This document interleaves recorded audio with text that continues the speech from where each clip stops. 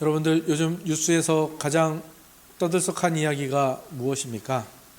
여러 가지가 있겠지만 그 중에서 이 캄보디아 문제로 요즘 굉장히 소란스럽고 떠들썩하지요.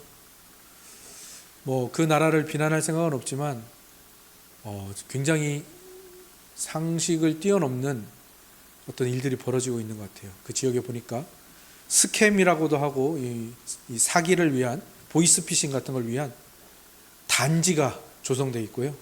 지역이 조성되어 있다는 말 듣고 정말 깜짝 놀랐습니다.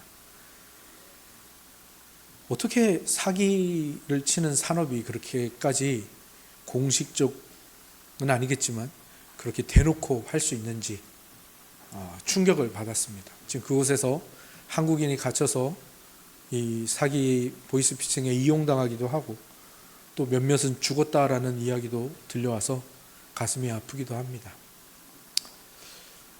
오늘은 그 사건에 대해서 그렇게 더 짚거나 하지 않고 한 가지 생각해 볼 것은 어떻게 이 사기라는 이 악독한 죄가 그런 사업의 모습으로 어떻게 그토록 발달되어졌는지를 조금 생각해 보고자 합니다.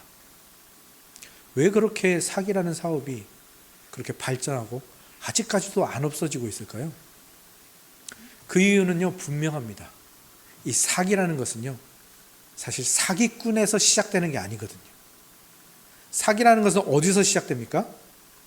그 당하는 사람이 그 가지고 있는 욕망, 자기가 원하는 것을 정상적이지 않은 방법으로라도 얻고 싶어 하는 이 욕망에서 시작되는 게 사기입니다. 그래서 프로 사기꾼이요, 마음 먹고 작정하고 한 사람을 털잖아요. 그러면 저를 포함해서요, 여기 있는 그 어떤 분들도 못 당합니다. 여러분들은 멍청하게 거기에 당해라고 생각하시죠? 못 당합니다. 요즘 뉴스에서 보셨죠? 어떤 사람은 자기 자신을 호텔에 감금해 놓고 계속해서 지인들에게 연락 돌려서 돈 빌리는데 그게 맞다고 생각하고 그렇게 했던 거 보셨죠? 그 사람 엄청 똑똑한 사람이었습니다. 제 주변에도 그런 사람이 있어요. 제 친구 중에서요, 아주 일찍이 이 경제관념이 눈에 튼 친구가 있었어요. 이 친구는 그 누구보다도 주식, 이런 투자 이런 거를 일찍 시작했고요. 그 다음에 이 친구가 특화된 게 뭐냐면 핸드폰이라든지 컴퓨터든지 이런 거를 싸게 사서 잘 고치고, 그리고 또 그 당시에는 이제 그 미국에 어떤 사이트가 있거든요. 특정한 사이트에 가서 중고로 부품들을 구해서 얘를 고쳐서 더 비싸게 파는 아주 그 이치에, 그리고 경제관념이 굉장히 뛰어난 친구였어요. 그래서 우리 동기들이 다 그랬죠. 야, 다른 사람 다 사기를 당해도 쟤는 아마 사기 안 당할 거야. 오히려 제가 사기를 치면 쳤지 쟤는 사기 안 당할 거야. 그랬는데 이 친구도 당했어요. 어떻게 당했냐면 보이스피싱이 오잖아요. 근데 그 친구 아내 재수씨가 그렇게 뜯어 말리는데 재수씨를 밀어내고 방문을 잠그고 500만 원을 송금했어요. 그 친구가 당할 줄은 저도 상상도 못했습니다. 그런 걸 보면 이 세상이 끝나는 날까지 절대 없어지지 않고 전도 유망하고 승승장구할 사업 중에 하나가 이 사기 사업이라는 말이 이해가 되더라고요. 제가 감명 깊게 봤던 한 드라마에서 주인공이 이런 말을 했습니다. 정확한 대사는 아니지만 그런 의미를 담아서 어떤 말을 했는데요. 세상에서 제일 강한 사람은 누군가에게 무언가를 바라지 않는 사람이다. 굉장히 공감이 가고 이 기억에 오래 남는 대사였습니다. 왜 그럴까요? 정말 그렇지 않습니까? 사기꾼이 제일 무서워하는 사람이 누굴까요? 사기꾼이 제일 어려워하는 사람이 누굴까요? 똑똑한 사람일까요? 아닙니다. 원하는 게 없는 사람, 그죠? 바라는 게 없는 사람이. 왜 이 이야기를 들려드렸는지 오늘 말씀과 연결해 보자면요, 사실 우리가 교회나 신앙상에서 어떤 문제가 생기잖아요. 어떤 마음 상하는 일이 생기잖아요. 그 이유는 뭘까요? 그 이유가 여러 가지가 있겠죠. 근데 그 이유의 가장 근원에, 가장 기초에 뭐가 있냐? 우리가 그 누군가에게 뭔가를 바라고 있습니다. 거기서 시작되는 겁니다. 그런데 우리가 생각해 보아야겠죠. 내가 누군가에게 뭘 바라고 있는데 그 바라는 것이 진짜 그 사람을 위한 건지, 교회를 위한 건지, 신앙을 위한 건지, 아니면 내 욕심에서 비롯된 건지, 그 내 잘못된 생각, 나도 했으니 너도 해야 돼, 여기서 비롯된 것은 아닌지 우리가 점검해 보아야 하는 겁니다. 왜냐하면 바로 이 지점에서 은혜의 복음과 율법주의가 갈리거든요. 율법주의는 뭡니까? 율법주의는 뭐 율법을 지켜야 돼, 따라야 돼, 이게 아니라 그 율법주의의 근원에는 뭐가 있냐면요, 예수님이 명령하지 않고 예수님이 바라지 않은 것을 마치 예수님이 나 자신과 상대방에게 바라고 계신다고 속이고 속고 강요하는 것, 그게 율법주의고요. 그게 거짓 교훈입니다. 그럼 은혜의 복음은 뭡니까? 우리가 어떤 자격도 없고 어떤 조건도 없는데 구원을 받았다, 그러니 구원받은 자답게 살아라, 이게 은혜의 복음인 거죠. 사실 한 끗 차이인 것 같지만 이 두 흐름의 결과는 완전히 달라진다라는 사실, 오늘 본문을 통해서 우리는 이 부분을 확인하고자 합니다. 오늘 본문은요, 바울이 에베소 교회에 침투한 그 거짓 교훈, 율법주의가 바탕이 된 그 거짓 교훈이 어떻게 우리에게 찾아왔고 그것을 우리가 어떻게 대항하고 그 공격을 어떻게 막을지에 대한 이 서신서의 내용들을 정리하고 있는 부분입니다. 그리고 그 부분을 우리가 지난 시간에 살펴본 11절 12절과 함께 오늘 바울이 무엇이라고 말하고 있냐면, 예수님이 어떻게 하셨는가, 바로 그것이 거짓 교훈을 대항하고 은혜의 복음으로 나아갈 수 있는 방법이다라고 말하고 있는 겁니다.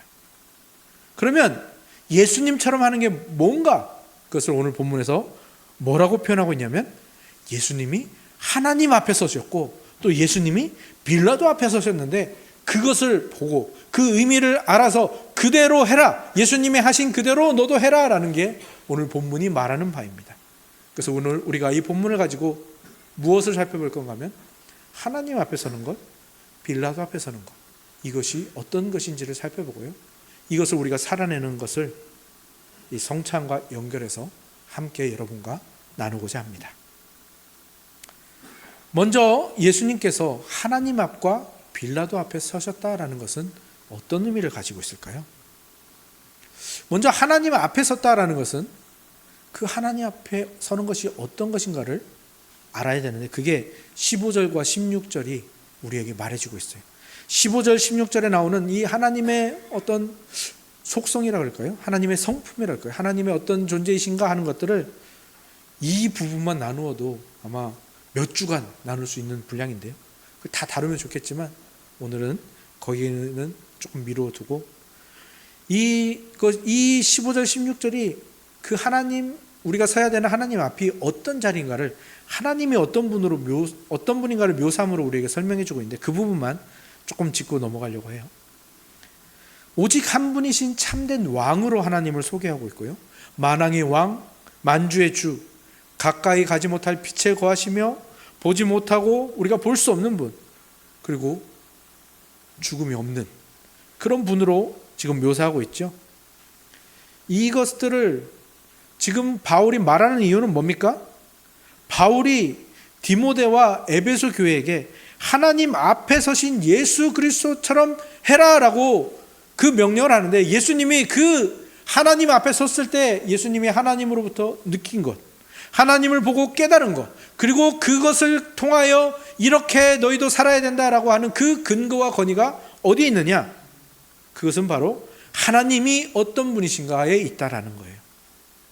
그래서 한마디로 이걸 다 압축하자면, 하나님이 영원, 무한, 불변하시는 분인데, 그 하나님 앞에 선다는 것은 그 하나님만 주인으로 모신다라는 이야기입니다. 그래서 이 바울이 이것을 권면하는 이유가 뭐겠습니까? 지금 에베소 교회에 들어온 거짓 교훈, 그리고 그 거짓 교훈의 바탕이 되는 율법주의, 그리고 오늘날 우리가 누군가에게 무엇을 바라면서 마음 상하고 문제가 생기는 이 모든 일들이 다 어디에서 비롯되느냐? 어디에서 비롯되는 것 같습니까?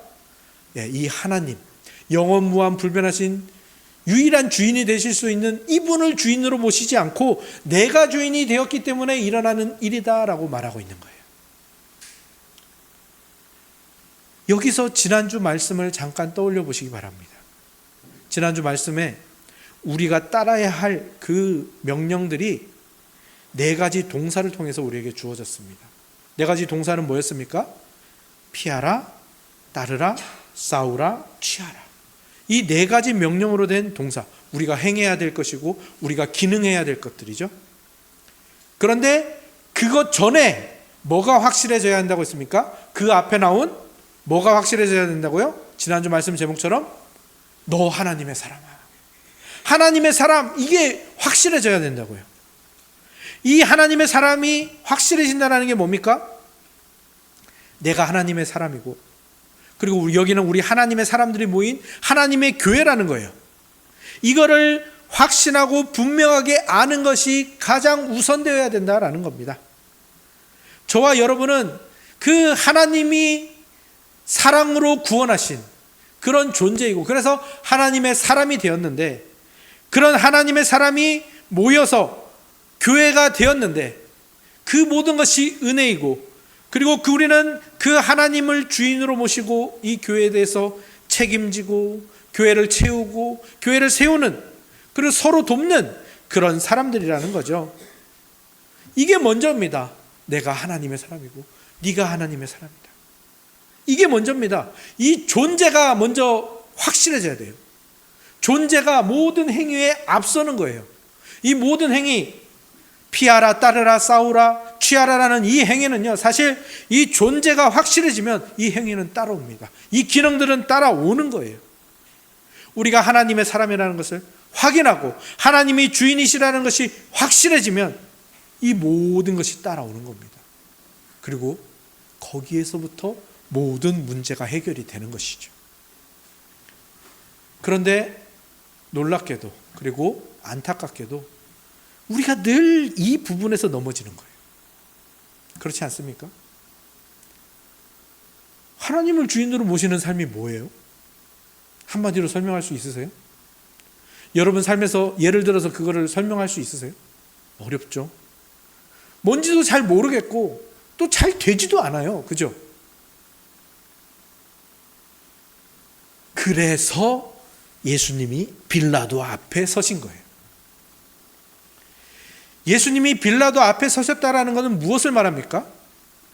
여긴 법정이에요. 빌라도가 재판관이에요. 예수님이 그 앞에 서셨다는 건 뭐예요? 피고인으로 그 앞에 서신 거예요. 근데 원래 이 피고인의 자리에는 누가 서야 되는 거예요? 하나님을 주인으로 모실 줄도 모르고 자신이 하나님의 사람이라는 것도 모르는, 그리고 그 전에 이미 죄악에 빠져 있던 우리가 서야 되는 자리라고요. 근데 이 우리가 서야 되는 이 자리에, 우리가 그 자리에 서서 심판받고 십자가에 못 박혀 죽어야 되는 그 자리에 우리 대신 누가 서셨다고요?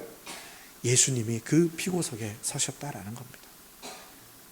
그리고 이 이야기는요, 오늘 성경 낭송 때 읽으셨던 이 출애굽기의 사건과 연결이 되어 있습니다. 우리가 출애굽기 17장을 읽었죠? 그 두 사건이 나오는데 그 중에 첫 번째 사건 뭐였습니까? 출애굽한 이스라엘 백성이 신광야를 떠나서 르비딤에 도착했는데 물이 없었어요. 그래서 이스라엘 백성이 물 내놔라 하면서 모세와 다투었던 장면이죠. 뭐라고 하면서 다투었습니까? 우리를 애굽에서 꺼내더니 우리와 우리 자녀와 우리 가축을 다 목말라 죽게 하려고 우리를 그렇게 애굽에서 꺼낸 거냐? 그리고 맨 마지막에 보면 뭐가 나왔습니까?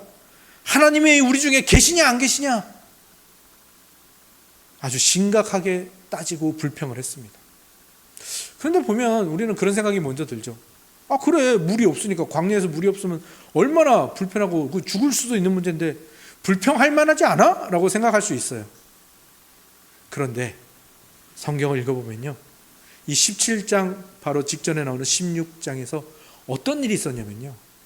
광야로 나온 이스라엘 백성이 그 지고 나왔던 그 반죽해서 지고 나왔던 그것들은 그 다 먹고 이제 없단 말이에요. 먹을 게 없어요, 광야에서. 그래서 그때도 불평을 했어요. 그러니까 하나님이 어떻게 하셨죠? 하늘을 열고 뭘 내려주셨죠? 만나를 내려주셨어요. 그러니까 이 사건은요, 바로 그 다음에 일어난 사건이에요. 이게 사람의 악한 본성이죠.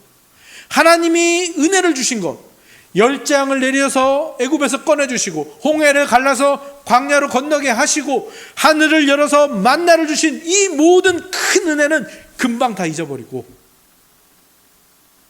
자기의 그 목마른 괴로움, 당장의 문제, 이거는 너무 크게 느껴가지고 하나님을 원망하는 거예요. 뭐 기억 상실증에 걸린 것도 아니고, 이게 바로 자기 자신이 주인된 삶입니다. 그래서 지금 이 이스라엘 백성이 다투었다고 되어 있죠. 모세와 다투었다. 이 다투었다라는 말이 우리도 그렇게 쓰잖아요. 법정에서 이 문제로 다투었다. 똑같습니다. 이 다투었다가 법정 용어예요. 그러니까 지금 이스라엘 백성들은 뭐 하고 있는 거예요? 자기가 재판장의 자리에 서서 지금 모세를 피고석에 세운 거예요. 너 왜 우리를 인도했어? 근데 이거는 지금 모세를 세운 겁니까? 아니죠. 자기들을 구원한 하나님을 지금 피고석에 앉혀놓고 있는 거예요. 왜 우리를 구원해가지고 광야에서 목말라 죽게 합니까? 지금 고소를 한 거예요. 고소뿐만 아니라 재판도 하고 있는 거죠. 근데 한번 생각해 보세요. 여러분이, 예를 들어서 여러분이 누가 물속에 빠져서 죽어가는 사람이 있어요. 여러분 그 사람을 건졌어요. 그리고 그 사람이 힘을 차리게 밥을 차려줬어요. 아주 맛있게 힘 날 수 있는 영양가 있는 음식을 차려줬어요. 근데 그 사람이 여러분을 고소한 거예요. 왜? 이 사람이 나에게 밥은 주고 물은 안 줬습니다. 고소를 했어요. 그럼 여러분들은 그 사람을 어떻게 하시겠어요? 저 같으면 뭐 손절은 당연하고 역고소하겠죠. 역고소해서 그 사람을 피고석에 세우고야 말 것 같습니다. 근데 하나님은 어떻게 하셨죠? 하나님은 어떻게 하셨습니까?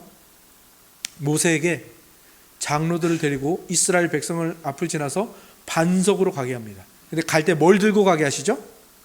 나일강을 치던 지팡이를 들고 가게 해서. 나일강을 치던 지팡이라는 건 뭡니까? 이 지팡이로 나일강을 치니까 나일강이 피로 변했어요. 심판의 지팡이에요. 말하자면 재판장이 땅땅땅 치는 그 고태 망치 있죠? 그거란 말이에요. 지금 모세가 장로들을 데리고 지팡이를 들고 반석 앞에 서요. 그리고 하나님이 뭐라고 하십니까? 내가 그 앞에 서리니. 무슨 말입니까? 그 피고석에 사실은 이 잘못한 이스라엘 백성이 서야 되잖아요. 근데 하나님이 서시겠다는 거예요. 그리고 뭐라고 합니까? 모세에게 어떻게 하라고 합니까? 지팡이로 반석을 내리치라는 거예요. 지금 뭐 하는 겁니까? 그 심판을 하나님이 받으시고 하나님이 쪼개지시겠다는 거예요. 그리고 실제로 그 반석이 쪼개졌죠. 생각해 보세요. 이스라엘 백성들은 얼마나 두려웠을까요? 이스라엘 백성들은 그 지팡이가 어떻게 쓰이는지 봤잖아요. 애굽의 열재앙을 내릴 때도, 홍해를 가를 때도, 그리고 홍해가 다시 덮일 때도 그 지팡이로 계속해서 심판했던 거란 말이에요. 애굽 백성들이 다 심판받았단 말이에요. 근데 지금 모세가 이스라엘과 장로들을 향해서 그 지팡이를 펼치면 어떻게 되는 거예요? 이스라엘 백성의 운명은 열재앙 당한 애국과 같이 될 수도 있는 거예요. 그런데 하나님께서는 그렇게 하지 않으시고 내가 피고석에 설 테니 나를 향해 그 심판의 지팡이를 내려쳐라. 내가 쪼개지겠다. 내가 심판받겠다. 내가 죽겠다. 그리고 하나님이 쪼개지시고 반석이 쪼개지고 그곳에서 뭐가 나왔습니까? 생명의 물이, 생수가 터져나온 겁니다. 이스라엘 백성들은요, 자신이 마땅히 심판을 받아야 되는데 심판을 받은 게 아니라, 사형을 받은 게 아니라 생명을 얻은 겁니다. 이게 은혜의 복음입니다. 여러분, 용서라는 건 뭐죠? 용서. 내가 피해자일 때 용서를 하는 거잖아요. 근데 이 용서라는 건 뭡니까? 피해자가 그 가해자의 죄를 대신 짊어지는 거예요. 그 결단이 용서입니다. 근데 영원 무한 불변하시는 그 하나님이 우리의 죄를 용서하시기 위해서 그렇게 스스로 낮아지셔서 피고석으로 가시고 심판을 당하셔서 우리에게 심판과 죽음이 아닌 우리의 죄를 다 가져가시고 우리에게 생명을 주신 겁니다.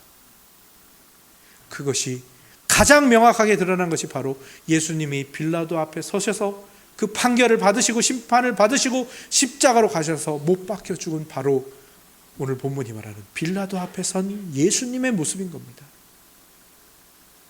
예수님이 우리 대신 피고석에 가셨고요. 예수님이 우리 대신 심판을 받아서 십자가에 못 박히셨고 옆구리에 창으로 찔리시니까 거기서 뭐가 터져 나왔습니까? 물과 피, 생명의 물과 생명의 피가 터져 나온 겁니다. 예수님이 이 구약의 사건을 우리를 위해서 십자가에서 다시 자기의 몸으로 행하신 거죠. 저와 여러분은 어떤 존재입니까? 바로 그 예수님의 위대한 희생과 그 위대한 사랑으로 하나님의 사람이 되었습니다. 그리고 그 하나님의 사람들이 우리가 이렇게 모여서 하나님의 교회가 된 것입니다. 우리는 구원을 받고 만나를 배불리 먹고 있는 상태인 겁니다. 그런데 우리가 광야의 이스라엘처럼 마치 기억상실증에 걸린 것처럼 왜 물 안 줍니까? 왜 이 문제 해결 안 해줍니까? 왜 저 사람을 그대로 놔둡니까? 하면서 그 모든 은혜를 지금 우리가 잊어가고 있는 겁니다. 다른 걸 바라기 시작하는 거죠. 하나님 왜 물을 안 줘요? 나는 물 마실 권리가 있다고요. 왜? 하나님 앞에 서지 않는 거예요. 자기가 주인이 되는 거예요. 빌라도 앞에 서지 않는 거예요. 빌라도 자리에 앉는 거예요. 마치 자기 자신은 자기 힘으로 구원받은 것처럼, 자기 힘으로 여기까지 오고 교회가 된 것처럼 그렇게 생각하는 거죠. 이거는 기억상실증을 넘어서 과대망상증 아닙니까? 거기에 율법주의와 거짓 교훈이 끼어들어서 자리를 잡고 파고드는 겁니다.